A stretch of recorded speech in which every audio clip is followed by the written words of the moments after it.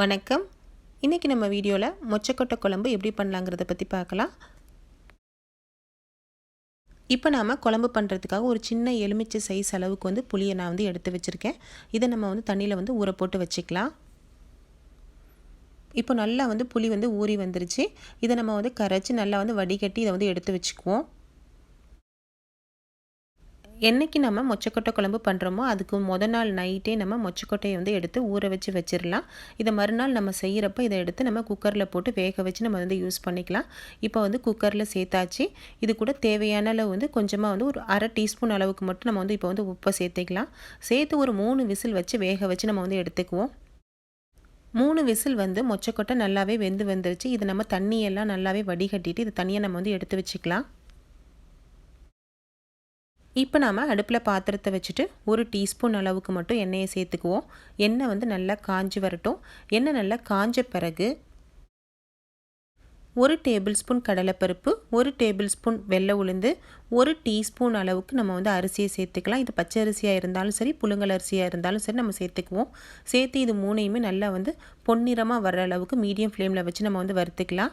இப்போ நல்லா செவந்து வந்துருச்சு. நம்ம இது கூட கட் பண்ணி வச்சுருக்க, அதாவது ஒரு வெங்காயத்தை நான் இன்றைக்கி கட் பண்ணியிருக்கேன். அதுலேருந்து ஒரு பாதியை மட்டும் எடுத்து நான் இதை சேர்த்துக்கிறேன். இப்போது சேர்த்து நல்லா வெங்காயத்தை வதக்கிக்குவோம். வெங்காயம் வதங்குற டைம்லேயே நம்ம 1 டீஸ்பூன் ஜீரகம், 1 டீஸ்பூன் மிளகு, அரை டீஸ்பூன் அளவுக்கு வெந்தயத்தையும் சேர்த்து நம்ம வதக்கிக்கலாம். நல்லா எல்லா பொருளுமே வதங்கி வரட்டும். வதங்கின பிறகு இன்றைக்கி நான் ஒரு தக்காளியை கட் பண்ணி எடுத்து வச்சுருக்கேன். இதையும் நம்ம சேர்த்து வதக்கிக்குவோம். நாம் சேர்த்து தக்காளி ஓரளவுக்கு வதங்கி வந்த பிறகு நம்ம மிளகாத்தூளை சேர்த்துடலாம். உங்களுடைய காரத்துக்கு தகுந்த மாதிரி நீங்கள் மிளகாத்தூளை சேர்த்துக்கோங்க. நான் இன்றைக்கி 1.5 டீஸ்பூன் அளவுக்கு மிளகாத்தூள் சேர்க்குறேன்.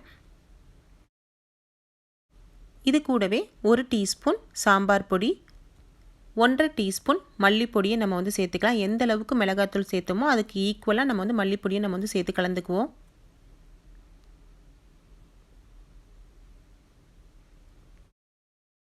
வெங்காயம் தக்காளி கூட மசாலா எல்லாத்தையும் நல்லா சேர்த்து வதக்கின பிறகு இது கூட இன்றைக்கி அரை கப் அளவுக்கு தேங்காய் துருவலை நம்ம சேர்த்து வதக்கிக்குவோம். நீங்கள் வதக்கிறப்ப மிளகாத்தூள் மல்லித்தூளுக்கு பதிலாக நம்ம முழு மிளகா, வரமிளகாவும் வரமல்லியும் கூட நம்ம சேர்த்து கூட நம்ம வதக்கிக்கலாம். இப்போ எல்லா பொருளுமே நல்லா வதங்கி வந்துட்டுருக்கு. இதை நம்ம நல்லா அடுப்பை ஆஃப் பண்ணிவிட்டு நல்லா ஆற வச்சு எடுத்துக்கலாம். எடுத்துகிட்டு இதை நம்ம மிக்ஸி ஜாரில் போட்டு அரைச்சி நல்லா நைஸாக அரைச்சி எடுத்துக்குவோம். இப்போ நாம் குழம்பு ரெடி பண்ணுறதுக்காக அடுப்பில் பாத்திரத்தை வச்சுட்டு நான் இன்றைக்கி 3 டேபிள் ஸ்பூன் அளவுக்கு நல்லெண்ணெய் சேர்க்குறேன்.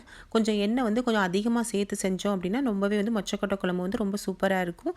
இப்போ நல்லா எண்ணெய் காஞ்சி வரட்டும். எண்ணெய் காஞ்ச பிறகு 1 டீஸ்பூன் கடுகு, 1 டீஸ்பூன் வெந்தயம், 1 டீஸ்பூன் ஜீரகம், இது எல்லாத்தையும் சேர்த்து நல்லா பொரிய விட்டுறலாம். கடுகு, ஜீரகம், வெந்தயம் எல்லாமே நல்லா பொரிஞ்சு வந்துருச்சு. இப்போ நான் 2 கொத்து கருவேப்பிலையை சேர்த்துக்கிறேன். இது கூடவே 2 பச்சை மிளகாய், 2 வரமிளகாய் இதையும் சேர்த்து நம்ம வதக்கிக்கலாம்.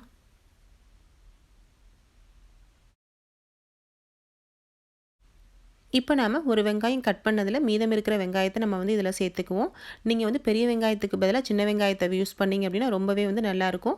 வெங்காயத்தை சேர்க்குறப்ப கொஞ்சமாக நம்ம உப்பையும் சேர்த்து வதக்கிக்குவோம். அப்போ தான் வெங்காயம் சீக்கிரமாக வதங்கி வரும். இப்போ நல்லா வெங்காயம் வதங்கி வந்துருச்சு. இது கூட இன்றைக்கி ஒரு தக்காளியை கட் பண்ணி இதையும் சேர்த்து நல்லா வதக்கிக்குவோம். நம்ம வெங்காயம் தக்காளி எல்லாமே நல்லா வதங்கி வந்த பிறகு நம்ம வதக்கி வச்ச பொருள் எல்லாமே இருக்கு இல்லையா, அதை மிக்ஸி ஜாரில் போட்டு நல்லா நைஸாக அரைச்சி எடுத்துருக்கோம்.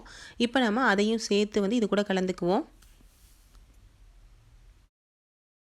மிக்ஸி ஜாரில் கொஞ்சமாக தண்ணியும் சேர்த்து நம்ம இதை கழுவி சேர்த்துக்குவோம். இது கூடவே நம்ம வேக வச்சு வச்சுருக்கிற மொச்சக்கொட்டையும் நம்ம சேர்த்து கலந்துக்கலாம்.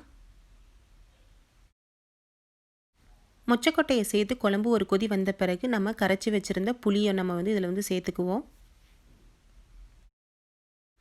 புளியை சேர்த்த பிறகு உங்களுக்கு குழம்புக்கு எந்த அளவுக்கு தண்ணி தேவைப்படுதோ அந்த அளவுக்கு தண்ணியும் சேர்த்து நல்லா கலந்து விட்டுக்கலாம். இப்போ நம்ம ஒரு மூடியை போட்டு நல்லா கொதிக்க வச்சுருவோம். இப்போ நல்லா குழம்பு கொதித்து நல்லா சுண்டி வந்துட்டுருக்கு. நம்ம விட்ட எண்ணெய் எல்லாமே மேலே பிரிஞ்சு வர ஆரம்பிச்சிருச்சு. உங்களுக்கு எந்த அளவு பக்குவத்தில் உங்களுக்கு தேவையோ அந்த அளவுக்கு நம்ம கொதிக்க வச்சு நம்ம ஆஃப் பண்ணிக்கலாம். குழம்பு நல்லா திக்காக இருக்கணும்னு நினச்சிங்க அப்படின்னா நல்லா நம்ம குழம்பு கொதிக்க விட்டுருவோம். இல்லை ஓரளவுக்கு தண்ணியாக இருந்தால் ஓகேனா நீங்கள் உங்களுடைய பக்குவத்துக்கு தகுந்த மாதிரி நீங்கள் ஸ்டவ்வை ஆஃப் பண்ணிக்கலாம். குழம்பு எந்த அளவுக்கு கொதிக்குதோ அந்த அளவுக்கு வந்து நல்லா வந்து திக்காக வர ஆரம்பிக்கும்.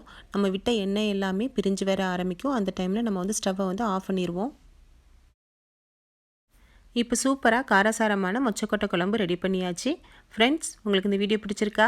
பிடிச்சிருந்துச்சுன்னா லைக் பண்ணுங்கள், உங்கள் நண்பர்களுக்கெல்லாம் ஷேர் பண்ணுங்கள். கூடவே எங்கள் சேனலை மறக்காமல் சப்ஸ்கிரைப் பண்ணுங்கள். தேங்க்யூ.